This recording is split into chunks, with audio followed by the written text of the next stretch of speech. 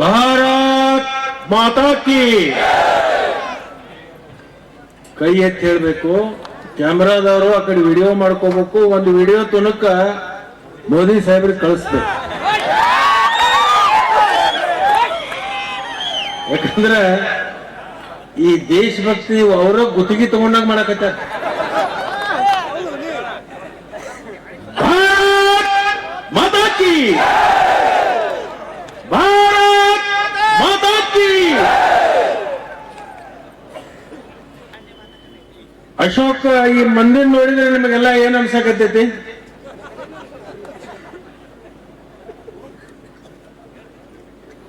ಸಿದ್ದೇಶ್ವರಪ್ಪಗಳು ಶಾಸ್ತ್ರಕ್ಕೆ ಹೆಂಗ್ ಕೊಂಡಿರ್ತಾರಲ್ಲ ಪ್ರವಚನ, ಆ ನಮನೆ ಭಕ್ತಿಲೇ ಎಲ್ಲಿ ಕೂಡಿದಾರ.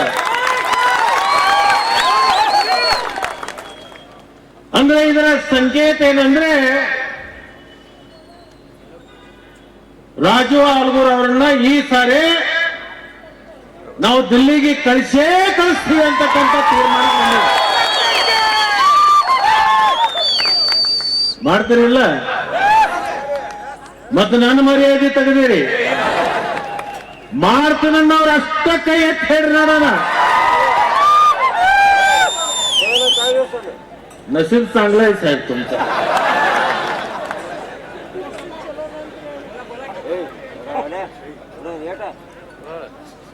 ಇಲ್ಲಿ ನಮ್ಮ ತಾಯಂದ್ರ ಕೂತಿದ್ದಾರೆ. ಅವ್ವ ರೊಟ್ಟಿ ಬಡಿತಿರಲ್ಲ, ಬಡದ್ ತೆವ್ಯಾಗ ಹಾಕ್ತಿರಲ್ಲ, ಆ ತೆವ್ಯಾಗ ಹಾಕಿ ಒಂದು 10 ದಿವಸ ಹೊರಗೆ ಹೋದಂದ್ರೆ ಆ ರೊಟ್ಟಿ ಗತಿ ಏನಾಗತ್ತೆ? ಏನಾಗತ್ತೆ?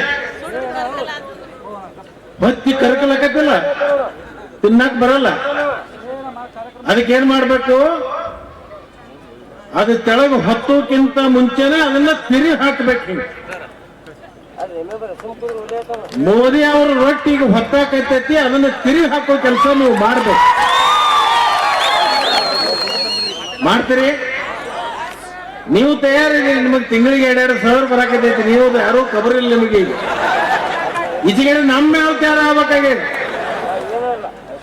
ಮಾಡ್ತಾರಿಲ್ಲಪ್ಪ. ರಾಜು ಅಲ್ಗೂರ್ನ ದಿಲ್ಲಿಗೆ ಕಳ್ಸೋದಲ್ಲ. ಯಾಕೆ ಈ ಮಾತನ್ನು ನಾನು ಹೇಳ್ತೀನಿ ಅಂದ್ರೆ, 10 ವರ್ಷದ ಹಿಂದೆ ನಮ್ಮನ್ನ ಮೊದಲು ಮಾಡ್ಕೊಂಡು ನಮ್ಮನ್ನ ಈ ಭಾಷಣ ಮಾಡೋರು ಏನ್ ಚೆನ್ನಾಗಿ ಮಾಡ್ತಿದ್ವಲ್ಲ, ಆ ಬೆಂಗಳೂರು ಬಿಟ್ಟು ಒಂದು 40 ಕಿಲೋಮೀಟರ್ ದೂರ ಹೋಯವ್ರು. ನಮ್ಮನ್ನ ದೂರ ಹೋದ್ ಒಂದ್ ಕಡೆ ನಮ್ಮನ್ನ ಕೂಡಿಸಿ 2-3 ದಿವಸ ಹೆಂಗ ಮಾತಾಡ್ಬೇಕಂತ ಹೇಳಿ ಕೊಡ್ತಿದ್ರು ಅವ್ರು. ನೀವು ಈ ಸಂಘ ಪರಿವಾರದವರೊಬ್ಬರು ಭಾಷಣಕಾರದಾರ ಕೇಳಿರೇನು? ಚಕ್ರವರ್ತಿ ಸೂಲಿಬೆಲೆ ಅಂತ ಬಂದಿದ್ರ ಇಲ್ಲಿ? ಬಿಜಾಪುರಕ್ಕೆ ಬಂದಿಲ್ಲ? ಬಿಜಾಪುರಕ್ಕೆ ಬಂದಾಗ ಕೇಳೇನ? ಗಿರಾಕಿ ಚೌಕ ಗಾಲಿ ಉಳಿಸತ್, ಎಲ್ಲಾರು ಗೊಂಡು ಉಳಿಸ್ರ. ಎಂತ ಚೌಕ ಗಾಲಿ ಒಂದು ಉಳಿಸೋದ?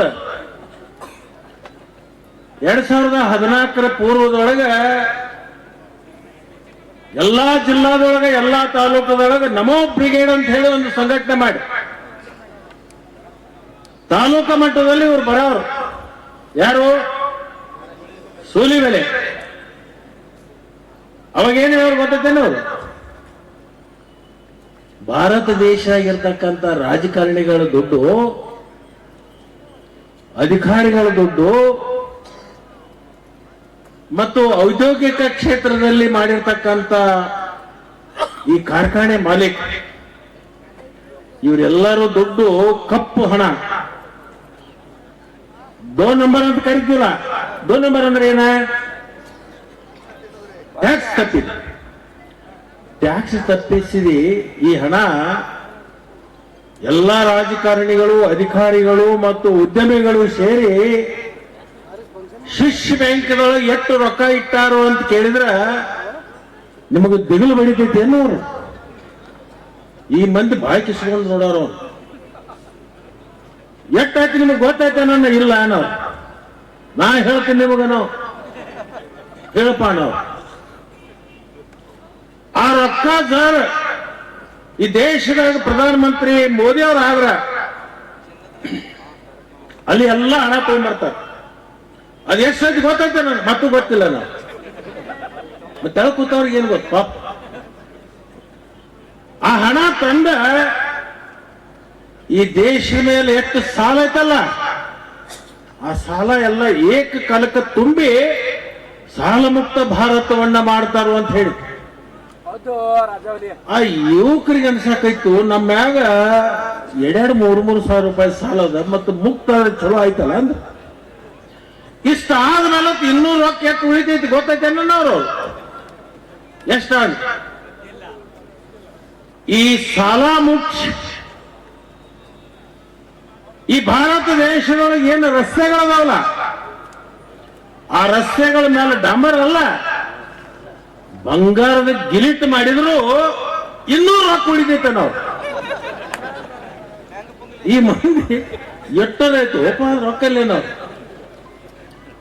ಅದೆಲ್ಲ ಹೇಳಿದ್ಮೇಲೆ ಮತ್ತೇನು ಹೇಳೋ, ಬಂಗಾರ ಗಿಲಿಟು ಮಾಡಬಹುದು, ಸಾಲ ಮುಕ್ತ ದೇಶ ಮಾಡಬಹುದು. ಆ ನಂತರ ಈ ದೇಶದೊಳಗೆ ಎಷ್ಟು ಜನ ಇದಾರಲ್ಲ, ಒಬ್ಬೊಬ್ಬರ ಅಕೌಂಟ್ 15 ಲಕ್ಷ ಹಾಕ್ಬೇಕು. ಇದು ಸರ್ ನಕ್ಕಿ ಗ್ಯಾರಂಟಿ ಪತ್ರ ಸರ್ ಕೊಟ್ರೆ ಈ ಶಾಣಪಣ ಸಹಿತ ಅವ್ರಿಗೆ ಓಟ್ ಹಾಕ್ತಿದ್ದ. ಹೋಗ್ಲಿ ಇದೊಂದ್ಸಲ ನೋಡೋಣ ಅಂತ ಹೇಳಿ ಒಂದು ಕೈ, ಬಟ್ ಗ್ಯಾರಂಟಿ ಕಾರ್ಡ್ ಕೊಡ್ತಿದ್ದಿಲ್ಲ ಅವ್ರು. ಚೌಕ ಗಾಲಿ ಉಳಿಸಿ ಆ ಗಿರಾಕಿ ಭಾಷಣ ಮಾಡಿ ಚುನಾವಣೆ ಮುಗಿದ ಮೇಲೆ ಗಯಬ್ ಆದ್ರೆ ಮತ್ತೆ ಚುನಾವಣೆಗೆ ಬರ್ತಿದ್ದ. ನಡಬಾರಕ್ಕೆ ಯಾರಿಗೂ ಒಬ್ಬರಿಗೂ ಸಿಗ್ತಿದ್ದಿಲ್ಲ. ಒಮ್ಮೆ ಸಿಕ್ಕಿದ್ ನನ್ನ ಕೈಯಾಗ. ಈ ಕೊರೋನಾ ಬಂದಾಗ ನಮ್ಮ ವಾರಿಯರ್ಸ್ ಸ್ವಲ್ಪ ಸಕ್ಕರೆ ಬೇಕಾಗಿತ್ತು, ನಿಮ್ಮ ಫ್ಯಾಕ್ಟ್ರಿಯಾಗಿಂದ ಒಂದು 100 ಚೀಲ ಸಕ್ಕರೆ ಕಳಿಸ್ರಿ. ನಾನಂದೆ ಪಾಪ ಇನ್ನು ಕೇಳಾಕೈತಾನ ಕಳಿಸಿದೆ 100 ಕ್ವಿಂಟಲ್. ಅದ್ರ ಮೇಲೆ ಫೋನು ಇಲ್ಲ, ಮತ್ತೆ ಸಿಗೋದಿಲ್ಲ. ಈ ವರ್ಷ ಶುರು ಮಾಡ್ಯಾರ ಗೊತ್ತೈತ, ಮೋದಿ ಅವರು ಬಂದ್ರೆ ಹಿಂಗ್ ಕೂಡ್ತೈತಲ್ಲ ಜನ. ಜಪಾನ್ಗೆ ಹೋಗಿದ್ದೇನು ಇಲ್ಲ ಅಂತಂದ್ರೆ ಯಾವ ಕೈ ಮಾಡಿ ಹೋಗಿದ್ದು. ಬುಲೆಟ್ ಟ್ರೈನ್ದಾಗ ಹತ್ತಿದ್ದೇನು ಹತ್ತಿನ್ರಿಲ್ಲ. ತಾಸಿಗೆ ಎಷ್ಟು ಓಡ್ತಿತ್ತು? ಒಂದು ತಾಸಿಗೆ 400 ಕಿಲೋಮೀಟರ್ ಓಡ್ತಿತ್ತು ಸ್ಪೀಡ್. ಅಂತ ರೈಲ್ವೆ ಭಾರತ ದೇಶದಾಗ ಓಡಿಸ್ತೈತೆ ಬುಲೆಟ್ ಟ್ರೈನ್. ಅದಕ್ಕಿಂತ ಮೊದಲೊಂದು ಮಾತು ಹೇಳ್ತಿದ್ರು, ಈ ದೇಶದೊಳಗ ಪ್ರಧಾನಮಂತ್ರಿ ನರೇಂದ್ರ ಮೋದಿ ಅವರಾದ್ರ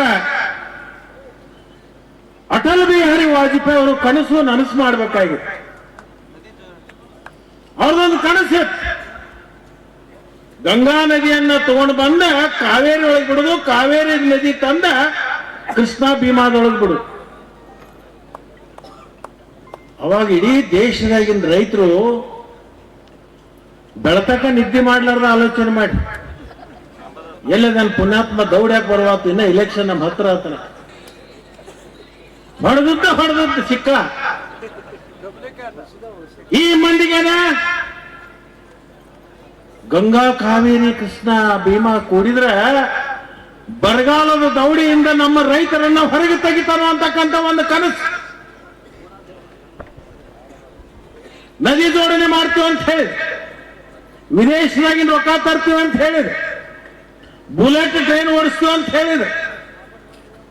ಇನ್ನೊಂದೇನು ಹೇಳಿದ್ರು, ಬೆಲೆ ಏರಿಕೆಯನ್ನ ನಿಯಂತ್ರಣ ಮಾಡ್ತೀವಿ ಅಂತ ಹೇಳಿದ್ರು. ಅದರ ಜೊತೆಗೆ ನಮಗೊಂದು ಹೊಸ ಒಂದು ಕನಸನ್ನ ಬಿತ್ತಿದೆ. ನಮ್ಮ ಸರ್ಕಾರದ ಅವಧಿಯಲ್ಲಿ ರೈತರ ಆದಾಯವನ್ನ ದುಗುಣ ಮಾಡ್ತೀವಿ ಅಂತ, 2 ಪಟ್ಟು ಮಾಡ್ತೀವಿ ಅಂತ ಹೇಳಿ ಇವು ಹೇಳಿರ್ತಕ್ಕಂಥದ್ದು. ಈ ಕಡೆ ನಿಮ್ಮ ಭಾಗದಾಗ ಯಾವ ಆಗ್ಯಾವು ಆಗಿರ್ತಕ್ಕಂಥದ್ದು ಯಾವುದು? 2023ನೇ ಇಸ್ವಿ ಒಳಗ ಸಿದ್ದರಾಮಯ್ಯನವರು ಡಿ.ಕೆ. ಶಿವಕುಮಾರ್ ಅವರು ಕೂಡಿ ಜಂಟಿ ಸೈನ್ ಮಾಡಿರ್ತಕ್ಕಂಥ ಪಂಚ ಗ್ಯಾರಂಟಿಗಳು ಮಾತ್ರ ಇವತ್ತು ಜಾರಿಗೆ ಬಂದಿದೆ. ಯಾಕ್ರಿ ಅಲ್ಲಿ ಬಂದಿಲ್ಲ?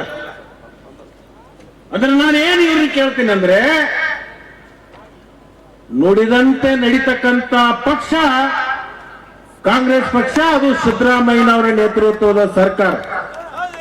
ನಮಗೆ ರಾಜು ಆಲ್ಗೂರ್ ಅವರಿಗೆ ಮತ ಹಾಕ್ರಿ ಅಂತ ಕೇಳಕ್ಕೆ ನಮಗೆ ಹಕ್ಕಿದೆ. ಆದ್ರೆ ಇವ್ರಿಗೆ ಈ ಬೂಸನೂರು ಬಂದು ಏನ್ ಕೇಳ್ತಾನೆ, ನಾಳೆ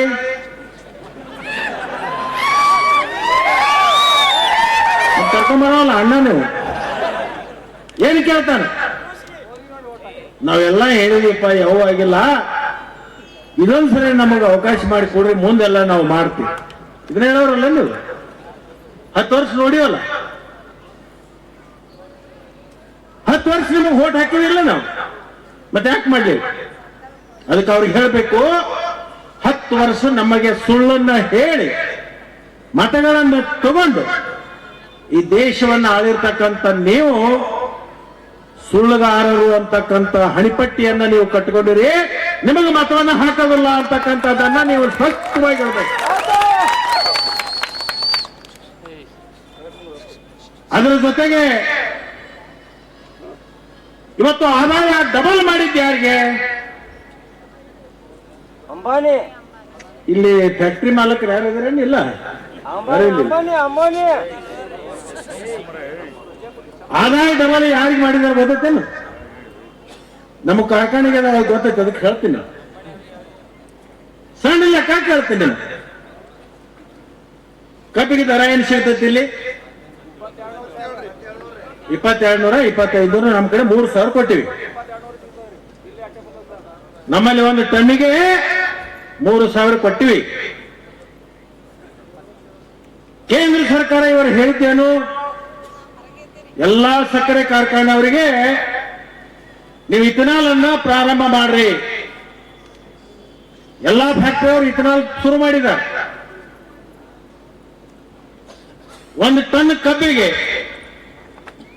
80 ಲೀಟರ್ ಇಥನಾಲ್ ಬರುತ್ತೆ. ಅಲ್ಬರ್ ಅವರು 80 ಲೀಟರ್. ಅದನ್ನ ಹೆಂಗ್ ತಗೋತಾರೆ ಇವರು? ಕೇಂದ್ರ ಸರ್ಕಾರ 1 ಲೀಟರ್ಗೆ 60 ರೂಪಾಯಿ. 1 ಲೀಟರ್ಗೆ 60 ರೂಪಾಯಿದಂಗೆ ತಗೊಂಡು ಇವ್ರ ಕೆಲಸ ಏನ? ನಮ್ಮ ಫ್ಯಾಕ್ಟ್ರಿಯಿಂದ ಇಥನಾಲ್ ತುಂಬಿಕೊಂಡು ಹೋಗ್ತೀವಿ. ಇಲ್ಲಿ ಬಿಜಾಪುರದಾಗ ನ್ಯಾಷನಲ್ ಬಾಜು ಟಾಕಿಗಳದಾವಲ್ಲ, ಅದ್ರಾಗ ತಂದು ಸುರುತ್ತೀವಿ ನಾವು. ಅದ್ರಾಗ ಸುರಿದ ಮೇಲೆ ಇವ್ರು ಏನು ಮಾಡಂಗಿಲ್ಲ, ತೆಳಗಿನ ಪಂಪ್ಲೆ ಇನ್ನೊಂದು ಟ್ಯಾಂಕರ್ದಾಗ ಬಿಟ್ಟು ಪೆಟ್ರೋಲ್ ಪಂಪಿಗೆ ಕಳಿಸ್ತೀವಿ. ಇಷ್ಟೇ ಇವ್ರ ಕೆಲಸ. ಅದ್ರಾಗ ಯಾವುದೇ ತರದ ಏನೂ ಮಿಕ್ಸಿಂಗ್ ಇಲ್ಲ.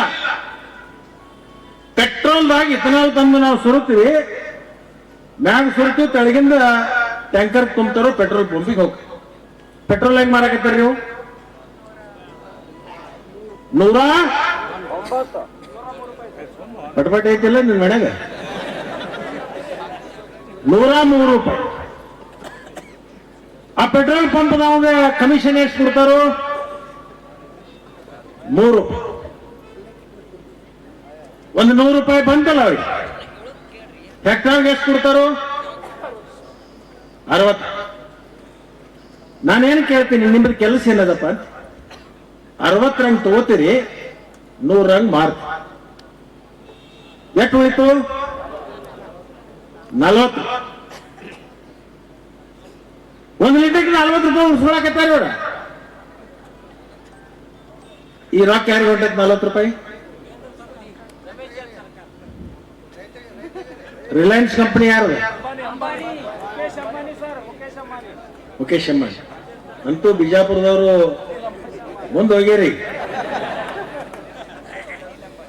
ನಾನೇನು ಕೇಳ್ತೇನೆ ಅಂದ್ರೆ, ಮೋದಿ ಸಾಹೇಬ್ರಿಗೆ ಕಬ್ಬ ಹಚ್ಚಿದವ್ ರೈತ, ನಾಟಿ ಮಾಡಿದವ್ ರೈತ, ಕಳಗಿ ತೆಗೆದವ್ ರೈತ, ನೀರು ಉಣಿಸಿದವ್ ರೈತ, ಕಬ್ಬ ಕಟಾವ್ ಮಾಡಿದವ್ ರೈತ, ಕಬ್ಬ ಕಟಾವ್ ಮಾಡ್ಕೊಂಡು ಫ್ಯಾಕ್ಟ್ರಿಗೆ ಹೋದವ್ ರೈತ. ಫ್ಯಾಕ್ಟ್ರಿ ಒಂದೇನ್ ಕೆಲಸ ಅಂದ್ರೆ ಮ್ಯಾಗಿನ ದಿವಸರು ನುರಿಸಿ ಇಥನಾಲ್ ತಯಾರು ಮಾಡಿ ಕೊಡ್ತಾನ. ನಾವು ಒಂದು 10 ರೂಪಾಯಿ ಕೊಡು 1 ಲೀಟರ್. ಉಳಿತೆಟ್ಟು 60 ಕೊಡ್ತೀನಿ, ಉಳಿತು 30 ಅಲ್ಲ. 80 ಲೀಟರ್ ಪೆಟ್ರೋಲ್ಗೆ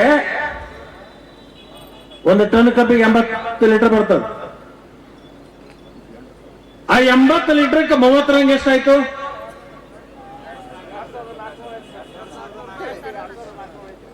8 ಮೂರ್ಲೆ 24, 2400.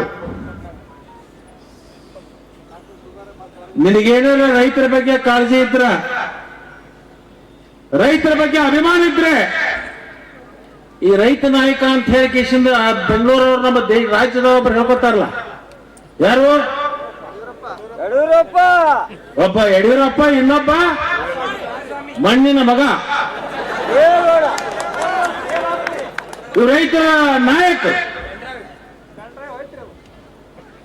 ಮಣ್ಣಿ ಕೇಳ್ತಿದ್ರು ಯಡಿಯೂರಪ್ಪನವ್ರು, ನಿನಗ್ ತಾಕತ್ತಿದ್ರ ಮುಂದೆ ಪ್ರಧಾನಮಂತ್ರಿ ಹೆಸರು ಹೇಳ್ರಪ್ಪ ನೋಡೋಣ ತಾಕತ್ತಿದ್ರ ಅಂತ ಕೇಳ್ತಿದ್ರು. ಯಡಿಯೂರಪ್ಪನವ್ರ, ನಿಮ್ಗೆ ವಯಸ್ಸು ಎಷ್ಟೀಗ? 82. ನಿಮಗ ತಾಕತ್ತಿದ್ರ, ನಿಮಗ ದಮ್ ಇದ್ರ ನೀವು ಹೋಗಿ ಮೋದಿ ಹೇಳ್ಬೇಕು, ಆ 30 ರೂಪಾಯಿ ನೀವು ಕೊಡಬೇಡ, ಅದ್ರ ಮನ್ಯ ಬೇರೆದವ್ರು ತಗೊಂಡು ಹೊಂಟಾರಲ್ಲ, ಆ 1 ಲೀಟರ್ಗೆ 30 ರೂಪಾಯಿ ಅಂದ್ರೆ 2400 ರೂಪಾಯಿ ಏನಾಕತ್ತಲ್ಲ, ಅದನ್ನ ರೈತರ ಖಾತೆಗಳಿಗೆ ಜಮಾ ಮಾಡಿಸೋ ತಾಕತ್ತಿದ್ರ ಹೇಳ. ಈಗ ಇವು 2400 ಕೂಡಿಸಿದ್ರೆ ಎಷ್ಟಾಯ್ತು? 1 ಟನ್ ಕಬ್ಬಿಗೆ ಎಷ್ಟಾಯ್ತು? ಸುಮಾರು 5000 ಆಕತ್ತೆ ಅಂತ ಇಟ್ಕೊಳ್ಳ. ನಿಮ್ ಕಡೆ ಸ್ವಲ್ಪ ಕಡಿಮೆ ಕೊಡ್ತಾರೆ. ನಮ್ ಬೆಳಗಾವಿ ಜಿಲ್ಲಾದಾಗ ಎಷ್ಟಾಕತ್ತೆ ಅಂದ್ರ 5400 ರೂಪಾಯಿ 1 ಟನ್ ಕಬ್ಬಿಗೆ ಆಕೈತಿ. 5400 ರೂಪಾಯಿ ನೀವು ಕೇಂದ್ರ ಸರ್ಕಾರ, ನೀವು ಏನು ನಿಮಗೆ ಕೆಲಸ ಇಲ್ಲ. ಆ ಪೆಟ್ರೋಲ್ ತಂದು ಏನ್ ನಾವು ಇಥನಾಲ್ ಶುರು ಆಕತ್ತಲ್ಲ, ಅದ್ರದ್ದೇನ್ ಪೆಟ್ರೋಲ್ ಪಂಕಿ ಕಳಿಸ್ತವಲ್ಲ, ಇದೇ ರೈತರು ಕೊಟ್ಟಿರ್ತಕ್ಕಂಥ, ಇದೇ ಸಾಮಾನ್ಯ ಜನ ಕೊಟ್ಟಿರ್ತಕ್ಕಂಥ ಹಣ, ಆ ಹಣ ಅವ್ರ ಹಣ ಅವ್ರಿಗೆ ವಾಪಸ್ ಕೊಟ್ರೆ ಸಾಕಪ್ಪ. ನಿಂದೇನ್ ಕಿಸಾಮತಿ ಮಾಡೋದು ಅವಶ್ಯಕತೆ? ನೀ ಕಬ್ಬ ಕಡ್ದಾವಲ್ಲ, ನೀರು ಉಣಿಸಿದವಲ್ಲ, ಕಳಗಿ ತೆಗದವಲ್ಲ, ಹೊತ್ತಾವಲ್ಲ, ಚೆಲ್ಲಿದವ ಮಾಡ್ಬೇಕಲ್ಲ. ನೀನು ನಿಜವಾದ ರೈತ ನಾಯಕ, ನಿಜವಾದ ರೈತರ ಪರವಾಗಿ ಕಾರ್ಯಕ್ರಮ ಕೊಡುವಾಗ ಇದು ಕಬ್ಬಿಂದ ಆಯ್ತು. ಗೊಂಜಾಳದ ಹೇಳ್ತೀನಿ,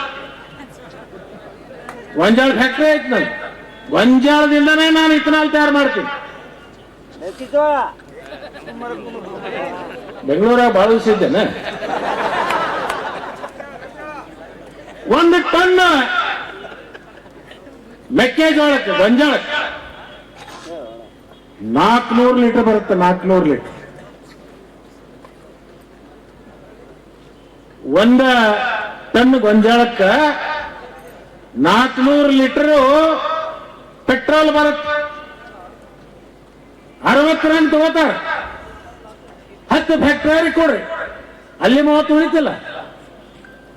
ಆ 30 400 ಲೀಟರ್ ಬೇರೀಸ್ ಮಾಡ್ರಿ. 400 ಲೀಟರ್ಕ 30 ರೂಪಾಯಿದಂಗೆ ಎಷ್ಟಾಯ್ತು? ಕರೆಕ್ಟ್ ಹೊಡೀರಿ. 12,000. 12,000 ಆದ್ರೆ ಈಗ ನಾವು ಗೊಂಜಾಳಕ್ಕೆ ದರ ಏನೈತಿ? 2300, 2400 ಚಾಲು. ಆ 22,000 1 ಟನ್ನಿಗೆ ಆಗತ್ತೆ. ಆ 22,000 ಇದು 12,000 ಕೂಡ ರೇಟ್ ಆಯ್ತು. 36,000 ಅಂದ್ರೆ 1 ಕ್ವಿಂಟಲ್ಕ 3,500 3,600 ರೂಪಾಯಿ ಗೋವಿನ ಜೋಳಕ್ಕೆ ರೊಕ್ಕ ಬರಾಕ್ ಹತ್ತಿರ. ನೀವು ಗೋವಿನ ಜೋಳ ಬಿತ್ತರ ಇಲ್ಲ. ರೈತರ ಆದಾಯ ಯಾವಾಗ ಡಬಲ್ ಆಕತ್ತಂದ್ರ ಈ ಅದಾನಿ ಅಂಬಾನಿಗೆ ಏನು ಹೊಂಟತ್ತಲ್ಲ, ಅದನ್ನ ಬಂದ್ ಮಾಡಿ ಇವತ್ತು ರೈತರ ಅಕೌಂಟಿಗೆ ಕೊಟ್ಟಾಗ ರೈತರ ಆದಾಯ ಇವತ್ತು ದುಗುಣ ಆಗುತ್ತೆ. ಆಲ್ಗುರವರ ನಕ್ಕಿ ಆರಿಸಿ ಬರ್ತೀವಿ. ಆರಿಸಿ ಬಂದ ಮೇಲೆ ನೀವು ಹೋಗಿ ಅಲ್ಲಿ ಮೂಕ ಬಸವಣ್ಣ ಗೋಣೆ ಅಳಗಾಡಿಸ್ಬಾರ.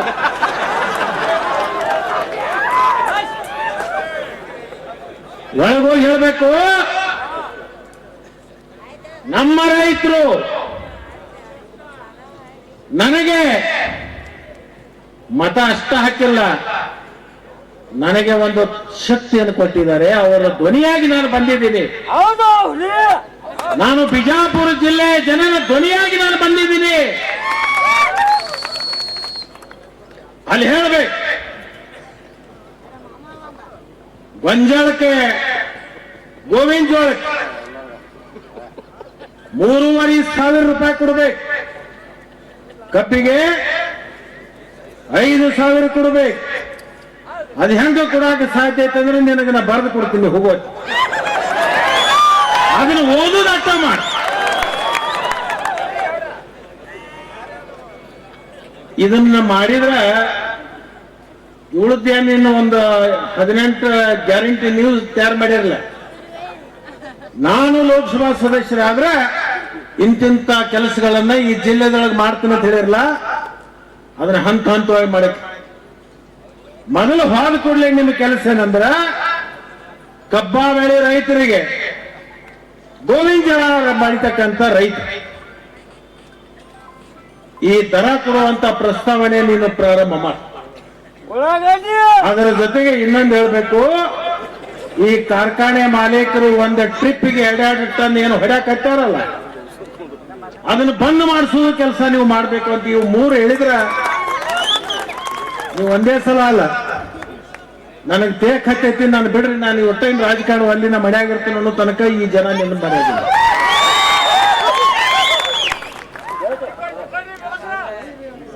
ಈ ಜನ ಹೇಗಂದ್ರೆ, ನಮ್ಮ ರೈತರು ಹೇಗೆ ಅಂದ್ರೆ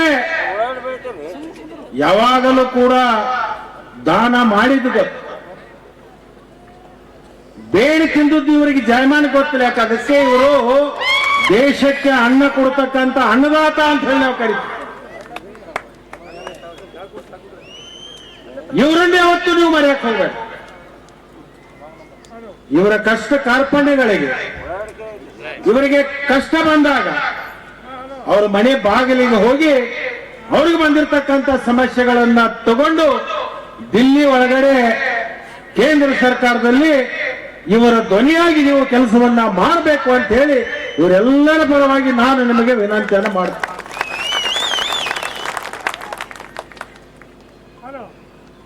ಈಗ ಅವ್ರು ಹೇಳಕತ್ತಾರೆ ಬಿಜೆಪಿ ಏನು, ಇಸ್ ಬಾರ್ 400 ಪಾರ್. ಏನ್ ಸಣ್ಣಪ್ಪಣ್ಣ ಹೇಳಕತ್ತಾರ ಇಲ್ಲ, ಇದನ್ನ ಯಾಕೆ ಹೇಳಕತ್ತಾರ? ಈಗ 10 ವರ್ಷದೊಳಗೆ ಒಮ್ಮೆ ಹೇಳಿಲ್ಲ ಇದನ್ನ.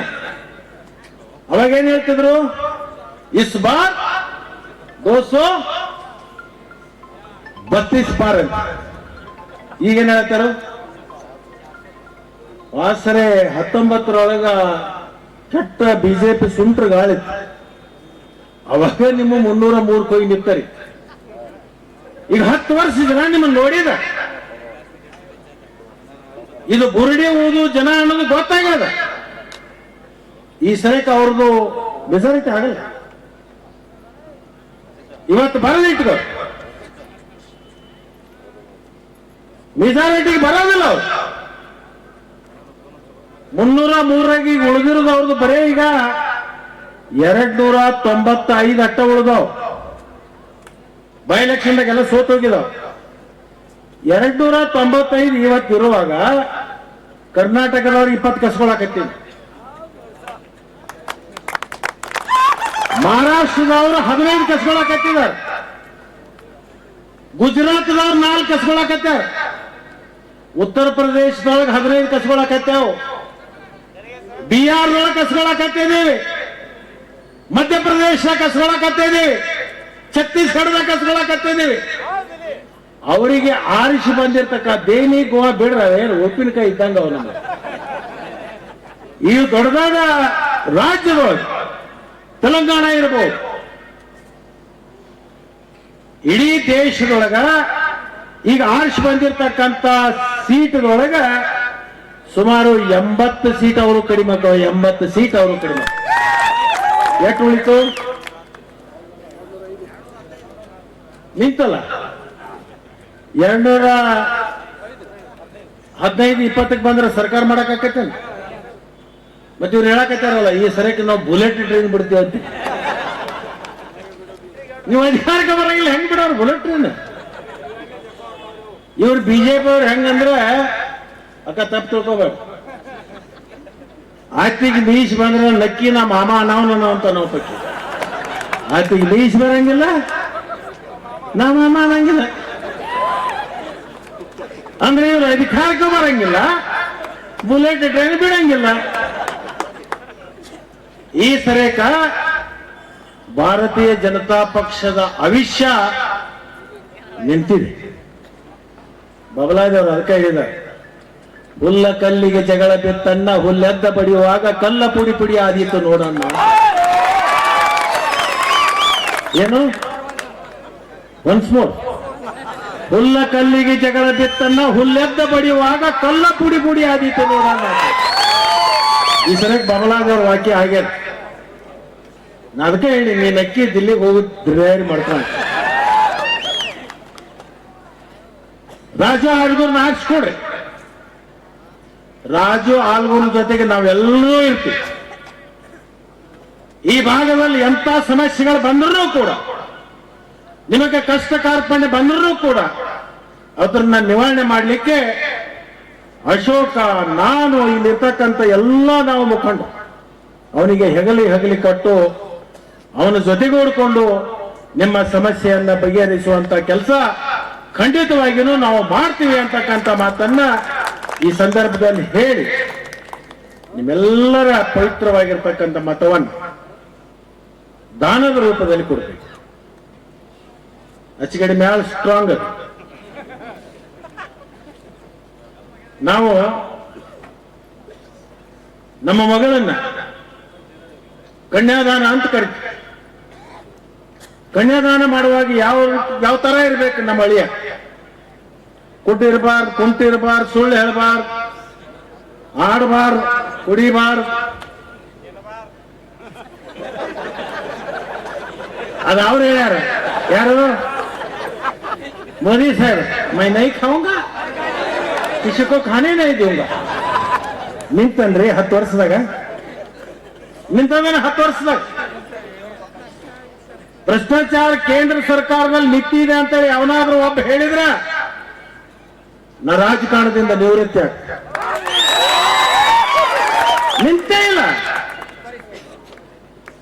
ಅವ್ರು ಭಾಷಣ ಮಾಡ್ತಾರೆ. ಏನು? 10 ವರ್ಷದಲ್ಲಿ ಭ್ರಷ್ಟಾಚಾರದ ಒಂದು ಕಪ್ಪು ಚುಕ್ಕೆಯನ್ನು ಹಚ್ಕೊಂಡಿದ್ರು. ಅದು ಶಟಕನ್ನೆಲ್ಲ ತಿತ್ತೀರಿ ನೀವು. ಇವ್ರು ಹೆಂಗ್ ಗೊತ್ತಂದ್ರಿ? ಒಬ್ಬ ಬುದ್ಧಿವಂತ 2 ಡಬ್ಬಿ ತಗೊಂಡು ಒಂದೊಂದು ಚಕ್ಲಿ ಆ ಡಬ್ಯಾಗ ಹಾಕಿ ಕೊಟ್ಟ. ಇದನ್ನ 15 ದಿವಸ ಆದ್ಮೇಲೆ ತಿಂದು ತಗೊಂಡ್ ಬರಿ ಅಂತ. ಒಬ್ಬ ಏನ್ ಮಾಡಿದಂತ, ಈ ಚಕ್ಲಿ ಏನಾಯ್ತು ನೋಡೋಣ ತೆಗೆದು ನೋಡಿದಾಗ ಚಕ್ಲಿ, ಎಂತ ಚಕ್ಲಿ ಹಾಕಿ ಕೊಟ್ಟ ನೋಡಿದಾಗ ತುಪ್ಪದ ವಾಸ ನೋಡೋಣ ಹೆಂಗತಿ ತಿಳ್ಕೊಂಡು ಹಿಂಗ್ ಮುರಿದು ಅರ್ಧ ತಿಂದ್ಬಿಟ್ಟು, ಅರ್ಧ ತಿಂದ ಅದು ಮುಚ್ಚಿಟ್ಟು. ಇನ್ನೊಬ್ಬ ಬಿದ್ದಲ್ಲ ಬುದ್ಧಿವಂತ ಬಿಜೆಪಿ ಅವೇನ್ ಮಾಡಿದಂದ್ರ, ಇದು ಅರ್ಧ ತಿಂದಿತ್ತಲ್ಲ ಅವ ಹಂಗ ಮಾಡಕ್ ಹೋಗ್ಲಿಲ್ಲ, ಒಂದ್ ರೌಂಡ್ ದಂಡೀದ ಕತ್ತರಿಸ್ಬಿಟ್ಟು ಅದನ್ನ ತಗೊಂಡು ತಿಂದ. ಡಬ್ಬಿ ತಗೊಂಡು ಹೋಗಿ ಮಾಲಕ್ ಕೊಟ್ಟ. ಆ ಮಾಲಕ್ ಅಂದವ್, ಏಯ್ ನೋಡ ನನ್ನ ಪೂರ್ಣ ಚಕ್ಲಿ ಹೆಂಗಿತ್ತು ಹಂಗ ಬಂದೈತೆ, ಅವ್ನು ನೋಡ್ ಪ್ರಾಮಾಣಿ, ನೀ ನೋಡಿ ನಿನ್ ಕೈ ಕೊಟ್ರ ಅರ್ಧ ಚಕ್ಲಿ ತಿಂದ. ಅವರು ಕಪ್ಪು ಚುಕ್ಕಿ ಒಟ್ಟ ಹಚ್ಕೊಳಂಗ ಹಚ್ಚೋದು ಇನ್ನೊಬ್ರಿಗೆ ಯಾರಿಗಾರ ಹಚ್ಚ. ನನಗೆ ಇವತ್ತು ಬಹಳ ಆಶ್ಚರ್ಯ ಅನಿಸಿದ್ದು, ಪಾಪ ನರೇಂದ್ರ ಮೋದಿ ಸಾಹೇಬರು ನಿನ್ನೆ ಬೆಳಗಾವದಲ್ಲಿ ಮತ್ತು ಬಾಗಲಕೋಟೆಯಲ್ಲಿ 3 ಕಡೆ ಭಾಷಣ ಮಾಡಿದ್ದು ನಾನು ಟಿವಿಯಾಗಿ ನೋಡಿ. ಬಟ್ ಇಟ್ಟು ಕೆಳಗೆ ಹೋಗಿ ಮಾತಾಡ್ತಾರೆ ಅಂತ ನನಗೇನು ಅನಿಸ್ತು. ಒಬ್ಬ ದೇಶದ ಪ್ರಧಾನಮಂತ್ರಿ ಆದವರು ತಮ್ಮ ಲೆವೆಲ್ ತಾವು ಕಾಯ್ಕೋಬೇಕಾಗ. ಈಗ ನಾ ಏನಾರೇ ಈಗ 6 ವರ್ಷ ಲೋಕಸಭಾ ಸದಸ್ಯರ ಹೆಸರು ಒಮ್ಮೆ ತಗೊಂಡೆ